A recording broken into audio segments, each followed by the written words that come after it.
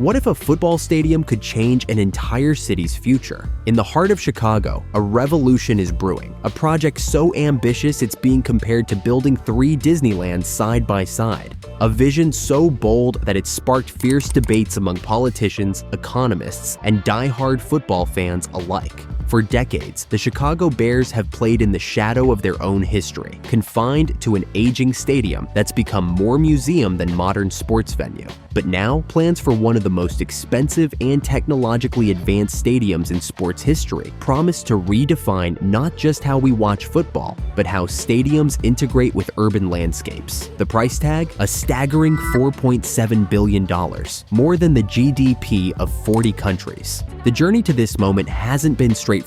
From historic Soldier Field to a potential move to Arlington Heights and back to the lakefront, the Bears Stadium saga has taken numerous twists and turns. Today, we're exploring every aspect of this massive undertaking, from its revolutionary design features to the heated debates about who should foot the bill. This isn't just about building a new home for a football team. It's about reshaping Chicago's identity for generations to come.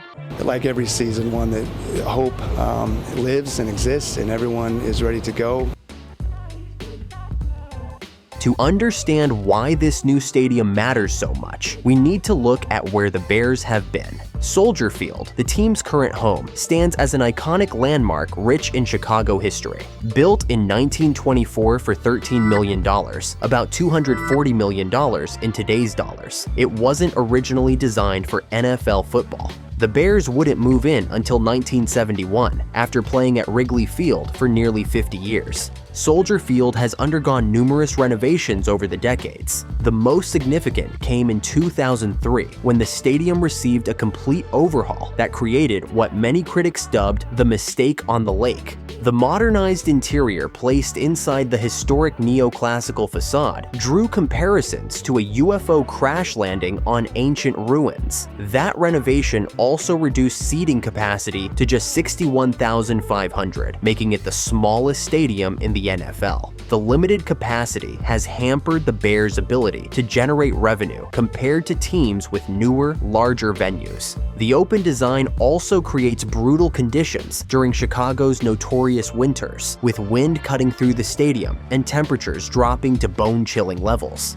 These factors, combined with the stadium's aging infrastructure, have made a new home increasingly necessary for the franchise. The Bears made headlines in 2021 when they purchased the 326-acre Arlington Park property in Arlington Heights for nearly $200 million. This move signaled serious intent to relocate from downtown Chicago to the suburbs. Demolition of the site began in May 2023, but disagreements over property tax assessments led the Bears to reconsider their options. In a surprising turn of events, the Bears shifted their focus back to Chicago. Working with city officials, they developed a proposal for a new stadium just south of the existing Soldier Field, where a parking lot currently sits. This location would allow the team to remain in the heart of Chicago while creating a state-of-the-art facility designed specifically for football. There's only one way for us to have success here, and that's the right people in place. When the Bears unveiled their stadium design in April 2024, it became clear this wouldn't be just another football venue. Created by Manica Architecture, the facility promises to blend cutting-edge technology with thoughtful design elements that honor Chicago's rich architectural heritage. At the heart of the design is a 65,000-seat enclosed stadium, expandable to 70,000 for major events like Super Bowls and NCAA Final Fours. This capacity increase of nearly 9,000 seats from current Soldier Field would still maintain intimate viewing experiences through careful seating arrangement. The design emphasizes creating interactive fan zones where visitors can enjoy social spaces while keeping a clear view of the field. The most striking visual element will be the fixed translucent dome made of transparent ETFE plastic, becoming the industry standard for modern stadium designs. While the Bears considered a retractable roof, they opted for the fixed dome to save a couple $100 million in construction costs. The north end of the stadium will feature a massive transparent wall offering spectacular views of Chicago's iconic skyline, creating a visual connection between the game inside and the city outside. One of the most innovative aspects of the design is the position-specific viewing areas throughout the stadium. Each area will include specialized displays showing real-time stats and analytics specific to that position group. The concourses will be twice as wide as Soldier Fields, with ceilings 3 times as high. The upper deck will feature an accessible walkway that provides 360-degree views of both the field and the city. Food service is getting a complete overhaul with 120 different concession points using Amazon's Just Walk Out technology. You grab what you want and walk away as cameras and sensors automatically charge your account. This system promises to get fans back to their seats in under 2 minutes. Premium areas will take luxury to new heights, with suites featuring transparent LED floors that can show replays happening right under your feet. Each suite will have its own climate control system and field view technology, a system of cameras and microphones that delivers the sensory experience of standing on the sidelines. While the existing Soldier Field will be demolished, its iconic colonnades built as a war memorial for American veterans will be preserved, maintaining an important connection to the past. However, the stadium's name, originally honoring fallen soldiers, will likely change. The environmental impact has been carefully considered as well. The entire complex will be powered by a combination of solar panels and wind turbines. In a surprising turn of events, the Bears shifted their focus back to Chicago. Working with city officials, they developed a proposal for a new stadium just south of the existing Soldier Field, where a parking lot currently sits. This location would allow the team to remain in the heart of Chicago while creating a state-of-the-art facility designed specifically for football. The Bears have long said in order to develop the land, they need certainty on their property taxes. With the design finalized, the Bears aim to break ground in summer 2025. Construction is expected to take approximately 36 months, targeting a grand opening in summer 2028, just in time to test everything before the NFL season begins. The sheer scale of this project is staggering. With a $4.7 billion capital investment, it stands to be one of the largest construction projects in the region's history. It will create an estimated 48,000 construction jobs and, once operational, employ over 3,000 people full-time. But the path to construction hasn't been smooth. The stadium's location has sparked significant debate among Chicago residents and officials. Building the new stadium over the existing double-layered parking lot raises questions about where tens of thousands of cars will go on game days. One potential solution being considered is double-decking the south parking lot to enhance parking capacity. Infrastructure concerns extend beyond just parking. The project includes plans for enhanced ramps, overpasses, and improved traffic flow systems to address congestion. These improvements represent a significant portion of the overall cost, an additional $1.5 billion beyond the stadium itself. Environmental groups have also raised concerns. In September 2024, Friends of the Parks announced their opposition to the project, with the threat of a lawsuit looming.